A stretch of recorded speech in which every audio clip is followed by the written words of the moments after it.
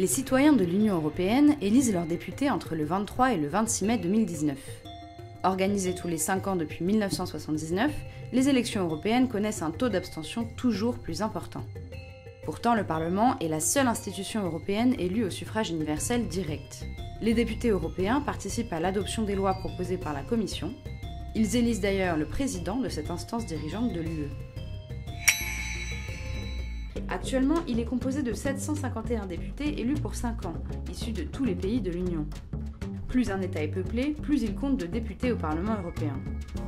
La nouveauté pour ces élections, c'est que le nombre de députés va être réduit à 705 à cause du Brexit.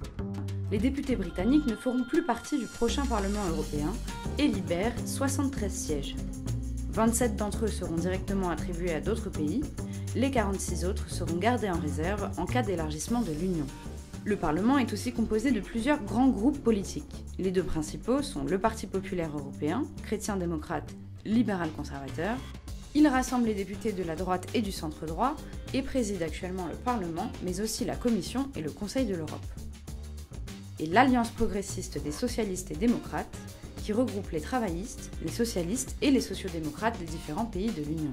Viennent ensuite les conservateurs et réformistes européens, à droite tendance nationaliste, l'Alliance des démocrates et des libéraux pour l'Europe, dont fait par exemple partie La République en marche en France, ou encore les Verts et d'autres groupes de gauche et de droite plus minoritaires.